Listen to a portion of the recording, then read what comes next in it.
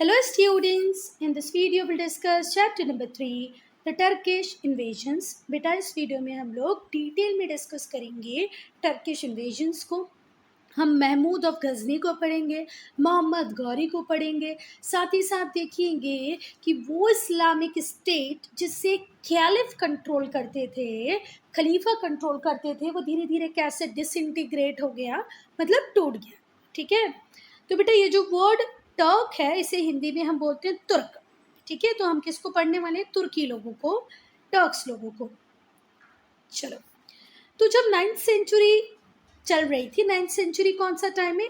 801 से स्टार्ट होके 900 पे ख़त्म होने वाले टाइम को हम क्या बोलते हैं? 9th century. तो 9th सेंचुरी में क्या हुआ बेटा, जो एबेसिड कैलिफ थे उनकी पावर धीरे धीरे करके क्या होने लग गई? डिक्लाइन होने लग गई। ठीक है, इसे हिंदी में खलीफा कहते हैं, इंग्लिश में कैलिफ कहते हैं। ये एक अथॉरिटेटिव पोजीशन थी जो बनाई गई थी प्रॉफिट मोहम्मद की डेथ के बाद। ठीक है, कि भाई अब इस्लामिक वर्ल्ड को कौन कंट्रोल करेगा, तो इस्लामिक वर्ल्ड को कंट्रोल करने के लिए एक पोजीशन क्रिएट की थी जिसका नाम था खलीफा। हिंदी में, इंग्लिश में उसको क्या कहते थे? कैलिफ। ठीक हुई बात। तो जो अब्बासिद कैलिफ थे, इनके पहले वाले जो कैलिफ थे वो प्रॉपरली रन कर पाए हर चीज़ को, पर जब अब्बासिद कैलिफ का टाइम आया तो चीज़ें डिसइंटीग्रेट होने लगी, टूटने लग गई। ठीक है, जो सेंट्रलाइज्ड अथॉरिटी थी वो वीक हो गई, है ना। अब जब सेंट्रलाइज्ड अथॉरिटी वीक हो जाती है तो हमने पहले ही देखा है कि छोटे छोटे स्मॉल इंडिपेंडेंट स्टेट्स बनने लग जाते हैं, ऐसे ही यहाँ पर भी हुआ।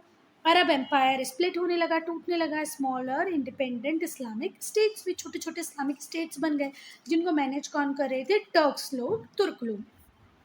इसमें से बेटा दो बहुत ज़्यादा इंपॉर्टेंट हुए, two important independent powerful states जो एमर्ज किए। एक था गजनी और दूसरा था गौर। गजनी और गौर ये कहाँ के थे बेटा? सेंट्रल एशिया के।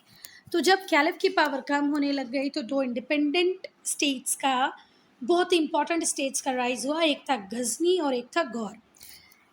11th सेंचुरी और 12th सेंचुरी सी में जो टर्किश रूलर थे, जैसे Mahmud of Ghazni, Mohammad Ghori of Ghor, Mohammad Ghori of Ghor, Mahmud of Ghazni of Ghazni, इन्होंने इंडिया को इन्वेट करना या इंडियन सब कॉन्टिनेंट को इन्वेट करना चालू किया। इंडियन सब कॉन्टिनेंट को लूटना चालू किया किसने? महमूद ऑफ गजनी ने, मोहम्मद गौरी ने। क्या इतनी चीज़ें समझ में आई? फर्स्ट पैराग्राफ से सेकंड पे आ जाए। फर्स्ट पैराग्राफ क्लियर होगा बेटा? नहीं है तो एक बार इसको जब रीड करोगे आप लाइन बाय लाइन तो वो हो ही जाएगा। चलो, अब हम पहले महमूद ऑफ गजनी के इन्वेजन्स को पढ़ेंगे। तो जो महमूद ऑफ गजनी था उसने इंडियन सब कॉन्टिनेंट को 17 टाइम इन्वेड किया। कब से कब तक? 1000 सी से लेकर 1027 सी तक 27 सालों में 17 बार आक्रमण किया इंडिया के ऊपर। 27 ईयर के स्पैन में 17 टाइम उसने इंडिया को इन्वेड किया, लूटा। ठीक है, और बेटा उसका ये जो प्लान था ना कि इंडिया को इन्वेड करते रहना है ना, ये क्यों बनाया था उसने? क्योंकि उसे पता था कि इंडिया में वेल्थ की कोई कमी नहीं है, गोल्ड हो, सिल्वर हो, सब कुछ भरा पड़ा है। और एक दो इन्वेजन से उसे पता चल गया, नहीं भाई जो मैंने सुना था वो बिल्कुल सही है, तो बार बार बार बार बार बार इंडिया को लूटने आ जाता। और उसने एक प्रॉपर स्ट्रेटेजी बनाई थी कि वो इंडिया को लूटता था हॉट समर मंथ में, गर्मियों के महीनों में, और ऑनसेट ऑफ मानसून, मतलब क्या बोलना चाहिए, बारिश का जो मौसम होता है उसके आने के पहले वो इंडिया को छोड़कर भी चला जाता था। क्या इतनी चीज़ें क्लियर हो गई? देखो, वो इंडिया को लूटने कब आता? समर मंथ में। इंडिया से वापस कब जाता? Before the onset of monsoon, monsoon आने के पहले।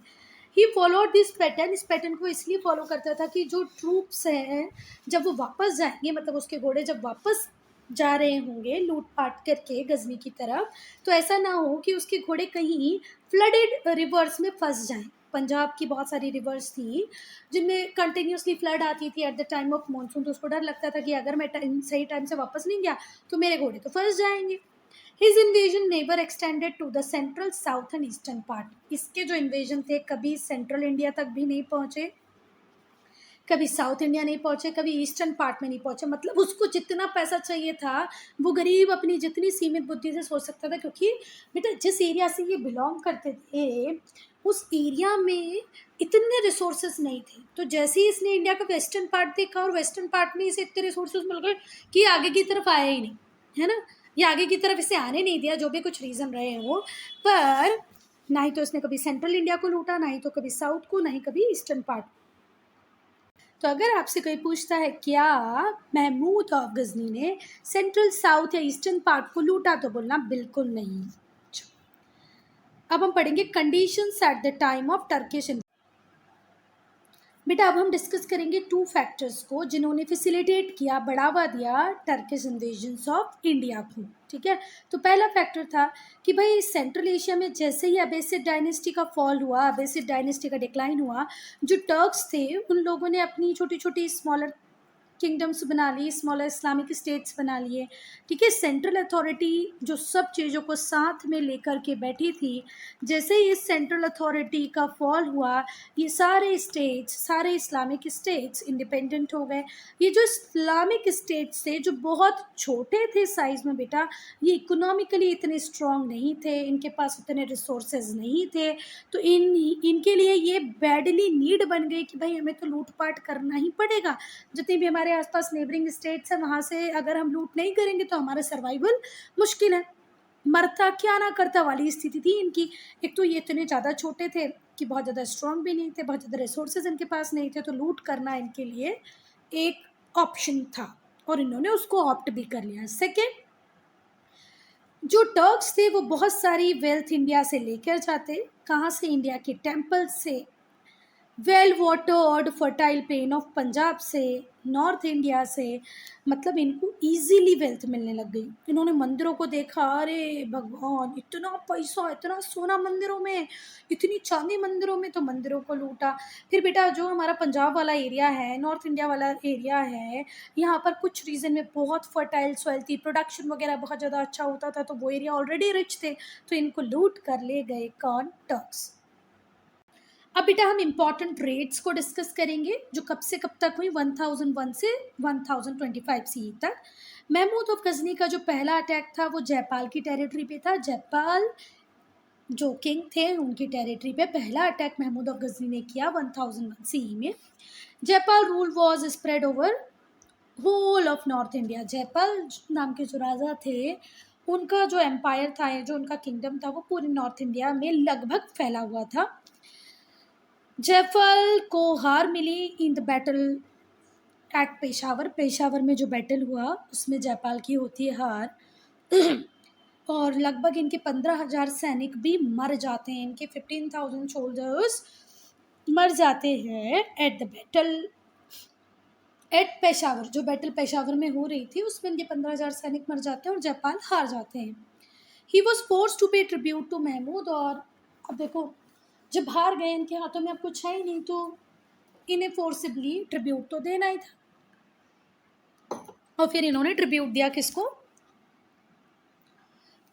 महमूद ऑफ गजनी को। पर बेटा इस ह्यूमिलिएशन को वो सह नहीं पाए कि वो हार गए। ठीक है, उन्हें फोर्स किया गया कि वो ट्रिब्यूट दे महमूद को। इस बात से वो अंदर ही अंदर इतने परेशान थे, उन्हें इतनी शर्म आ रही थी कि उन्होंने खुद को ही जला लिया। Ashamed and humiliated, Jaipal burned himself to death। जब तक मतलब उन्होंने अपने आप को जला लिया और जल के वो मर गए। Battle against Angadpal. अब हम अंगदपाल को पढ़ेंगे।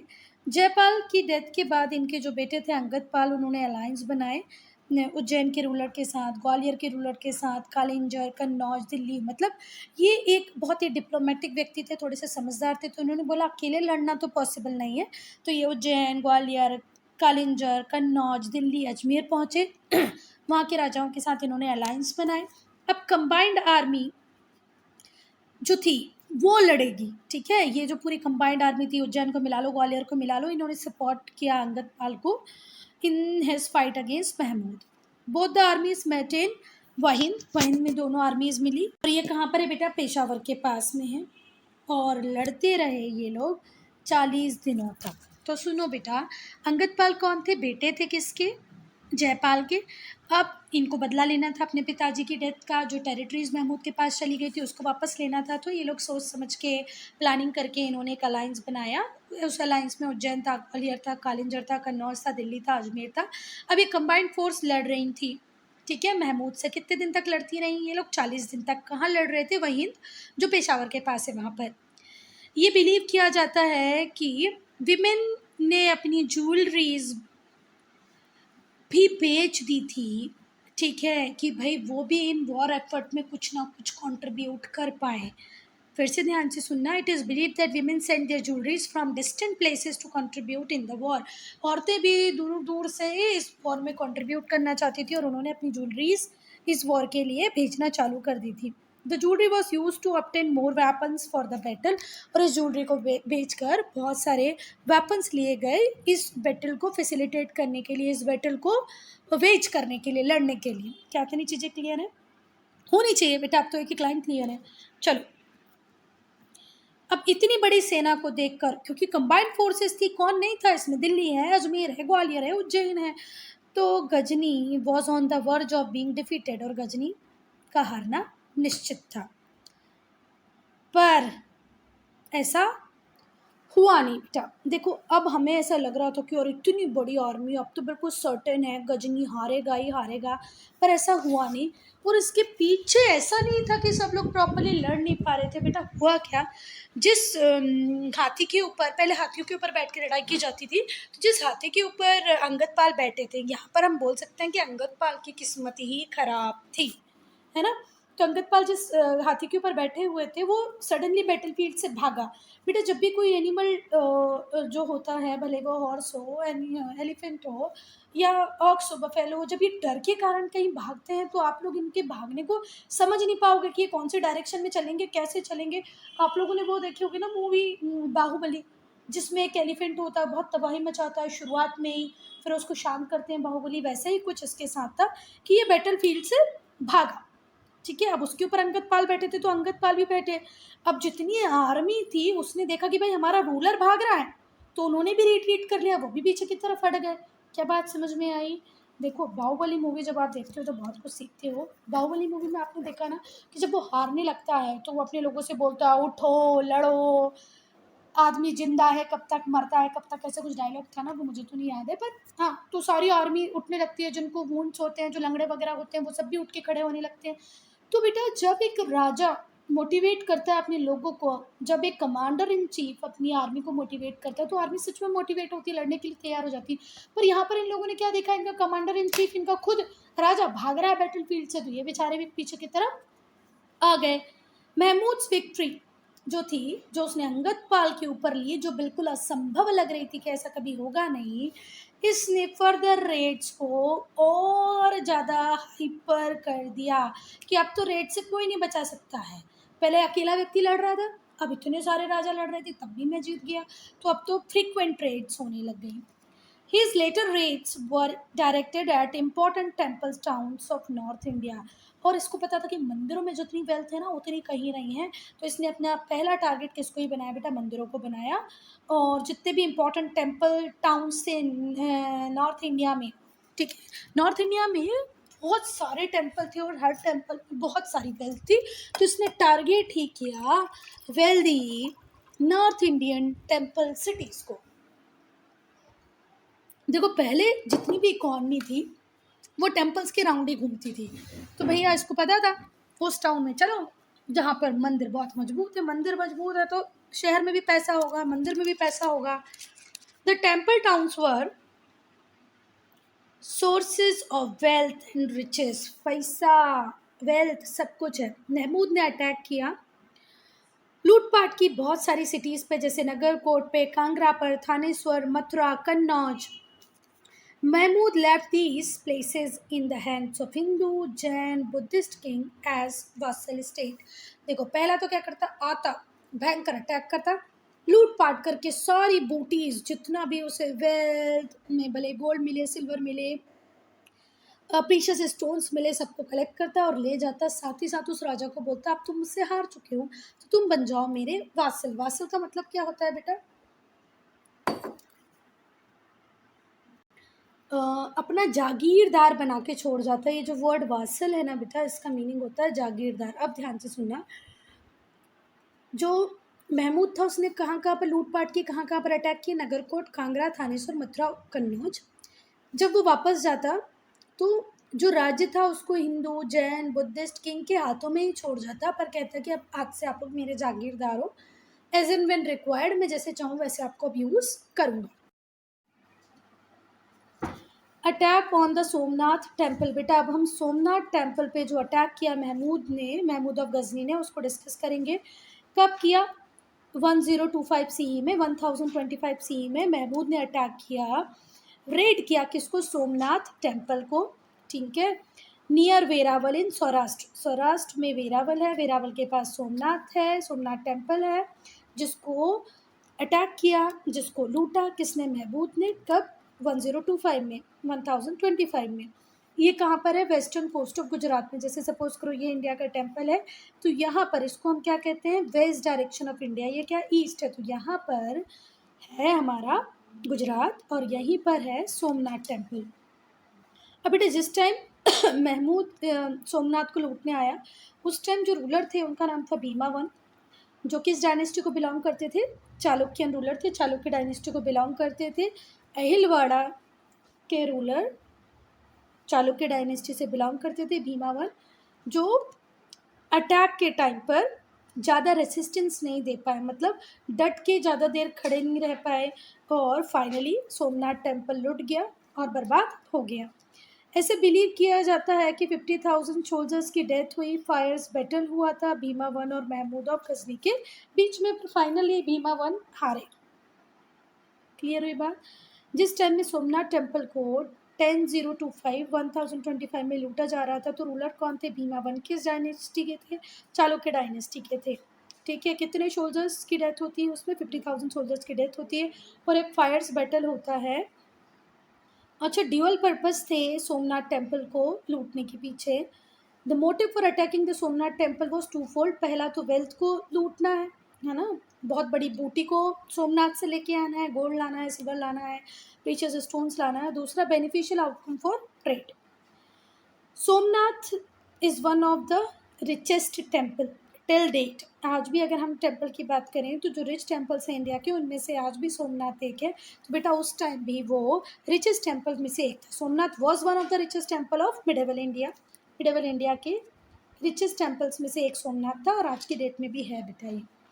जो लार्ज ऑफरिंग्स होती थी, जो पिलग्रिम्स तीर्थयात्री वहाँ पर, हम जब भी मंदिर जाते हैं तो कुछ ना कुछ चढ़ाते हैं, तो उस टाइम में तीर्थ यात्रा पे जो लोग जाते थे वो कुछ ना कुछ ऑफरिंग्स देते थे डाइटी को, भगवान को। Who visited the temple resulted in store house of wealth. तो अब जितने भी लोग जा रहे हैं वहाँ दर्शन कर रहे हैं, कुछ ना कुछ चढ़ा रहे हैं, कोई गोल्ड चढ़ा रहा है, कोई सिल्वर, कोई कोई प्रीशियस स्टोन, कोई मनी, तो बहुत वेल्थ थी किसमें? सोमनाथ टेम्पल में। Somnath was adjacent to Veraval. ठीक है, और वेरावल क्या था? एक एक्टिव कमर्शियल पोर्ट था। अब बेटा वेरावल एक इम्पॉर्टेंट पोर्ट क्यों था? क्योंकि अरब ट्रेडर्स जो थे वो अपने हॉर्सेस को एक्सपोर्ट करते थे इंडिया को। उनके जो हॉर्सेस होते हैं बेटा, उनकी क्वालिटी इंडियन हॉर्सेस से ज़्यादा अच्छी होती थी, तो हम हॉर्सेस कहाँ से इंपोर्ट करा लेते थे? अरब से। अरब हमें क्या एक्सपोर्ट करते थे? हॉर्सेस। तो अरब के लिए जो एक्सपोर्ट है वो इंडिया के लिए क्या हो गया? इम्पोर्ट। इम्पोर्ट का मतलब क्या होता है? दूसरी कंट्री से सामान मंगाना। एक्सपोर्ट क्या होता है? दूसरी कंट्री को सामान बेचना। तो अरब किसको एक्सपोर्ट कर रहे थे? हॉर्सेस को। हम क्या इम्पोर्ट कर रहे थे? हॉर्सेस। क्या ये बात समझ में आ गई? इम्पोर्ट मतलब सामान मंगवाना, तो हम इम्पोर्ट करा रहे थे हॉर्सेस को। पर जैसे ही सोमनाथ को अटैक किया गजनी ने, जो नंबर ऑफ हॉर्सेस हम इम्पोर्ट करा रहे थे अरब ट्रेडर्स के थ्रू इंडियन सॉइल पे, अब वो हो गया कम। ठीक है, हमारी नीड थी, हमारी ज़रूरत थी, तो अरब ट्रेडर्स हमें क्या एक्सपोर्ट कर देते थे? हॉर्सेस। हम क्या कर रहे थे? हॉर्सेस को इंपोर्ट कर रहे थे हमारी ज़मीन पर वो नंबर हो गया कम। दूसरी तरफ जो अटैक था इसने गजनी के ट्रेडर को बेनिफिट किया। अब गजनी के traders north western part of India में ज़्यादा से ज़्यादा हॉर्सेस सप्लाई कर पा रहे थे। आई बात समझ में? अरब से आने वाले घोड़ों का नंबर हो गया कम, और कहाँ से अब घोड़े ज़्यादा आने लगे? गजनी से। अब हम बात करेंगे मोटिव्स की। किसकी? मोटिव्स की। तो महमूद ऑफ गजनी का कोई इंटरेस्ट नहीं था कि वो अपना एम्पायर इंडिया में एस्टेब्लिश करे, बस उसका काम तो यही था, लूट पाट। अगर महमूद ऑफ गजनी चाहता तो ये 20-25 सालों में प्रॉपर अपने एम्पायर को इंडिया पे एस्टेब्लिश कर चुका होता, पर उसका मोटिव, उसका उद्देश्य कभी था ही नहीं। वो तो सिर्फ हमारे यहाँ से वेल्थ लेके जाना चाहता था और अपनी सिटी गजनी को डेवलप करना चाहता था। The loot and plunder would replenish the resources of Ghazni, बस उसका ये काम था, यहाँ से रिसोर्सेज ले जाओ और गजनी को किस तरीके से रईस बना दो, रिच बना दो, रिप्लेनिश कर दो, ठीक है। And enable him to consolidate his vast rule in Khusran and expand further into Central Asia. वो सेंट्रल एशिया तक अपने आप को लिमिट रखना चाहता था, ठीक है। इसके आगे उसको रूल करने की कोई इच्छा नहीं थी। तो बेटा जो लूट और प्लंडर का माल लेके हो गया, उससे उसने गजनी को रेप्लेनिश किया और अपने आप को समर्थ बनाया कि वो कंसोलिडेट कर पाए अपने वास्ट रूल को खुशरान तक और फर्दर सेंट्रल एशिया में और एक्सपांड कर पाए। इंडिया पे रूल करने की उसकी कोई इच्छा नहीं थी। अब हम मिथ की बात करेंगे। सोमनाथ टेम्पल से रिलेटेड मिथ जो है, देखो एक पॉपुलर माइथोलॉजिकल स्टोरी है जो सोमनाथ टेम्पल से जुड़ी हुई है। ऐसा कहा जाता है कि महमूद ने जब टेम्पल को रेड किया, लूटा, तो उन्होंने ट्राई किया कि भैया वेंडलाइज कर दे। वेंडलाइज करने का मतलब होता है तोड़ दें। वो जो लिंगम है सोमनाथ टेम्पल में, जो लिंगम है, जो लिंग है, शिवलिंग है, वो उसको तोड़ना चाहते थे। जो लिंगम है उसको वेंडलाइज करना चाहते थे, तोड़ना चाहते थे। Which was installed with in the sanctum of the temple, जो टेम्पल के सैंक्टम में लोकेटेड था। अब यहाँ पर ये जो वर्ड सैंक्टम है, मतलब इसका मतलब होता है पवित्र स्थान, जिसे हम गर्भगृह भी कहते हैं। क्या कहते हैं बेटा? गर्भगृह। तो मंदिर का जो गर्भगृह था उसमें जो लिंगम था उसको तोड़ने की पूरी कोशिश की शोल्डर्स ने, पर वो फाउंडेशन को ही नहीं ढूंढ पाए जिसके ऊपर लिंगम को कंस्ट्रक्ट किया होगा, ठीक है। His shoulders could not find the foundation upon which the lingam had been constructed. उन्हें वो फाउंडेशन ही नहीं मिला जिसके ऊपर लिंगम था। तो ऐसे माना जाता है it was supposedly suspended in the middle of the temple.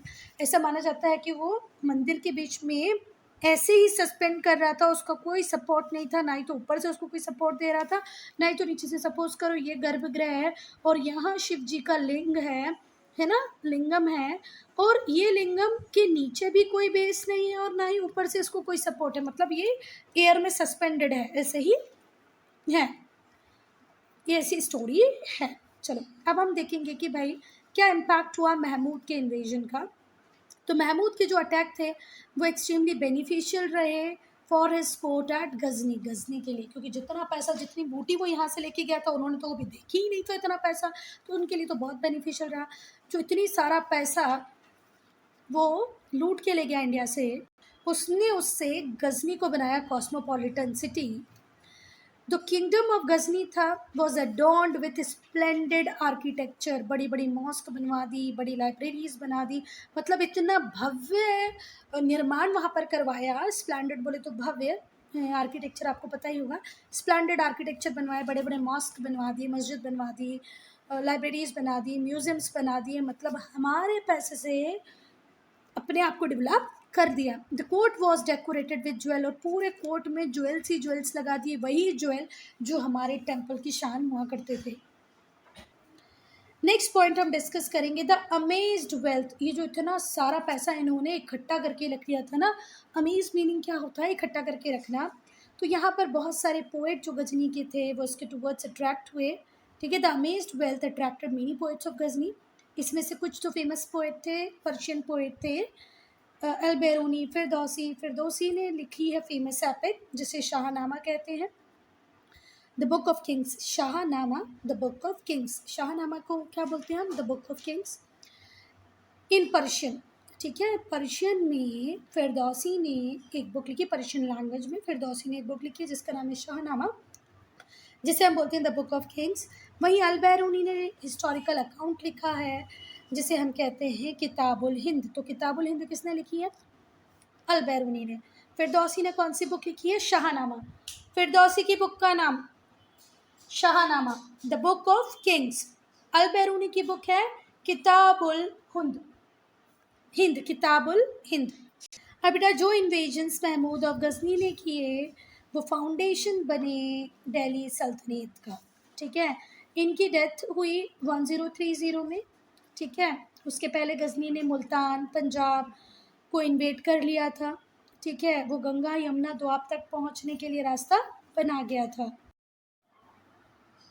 बेटा जैसे ही महमूद की डेथ होती है, महमूद ऑफ गजनी की डेथ होती है, तो जो गजनविद एम्पायर होता है वो डिसइंटीग्रेट होने लगता है, टूटने लगता है। And the control of north Indian territories slipped out of foreign hands. इसके बाद 150 सालों तक जो होता है इंडिया अनडिस्टर्ब्ड रहता है। इसके बाद एक और जल्लाद, एक और आदमी आएगा जिसका नाम होगा Mohammad Ghori. Fresh bout of invasion, और ये फिर से नई सीरीज़ में इंडिया को इन्वेड करेगा और लगभग ये इंडिया में प्लेग की तरह काम करेगा। एक के बाद एक के बाद एक टेरिटरीज़ को जीतेगा, लूटेगा। बेटा चेक पॉइंट हम शॉर्ट वीडियो में डिस्कस करेंगे। So I am ending this video here only. We will discuss the invasions of Mohammad Ghori in part 2.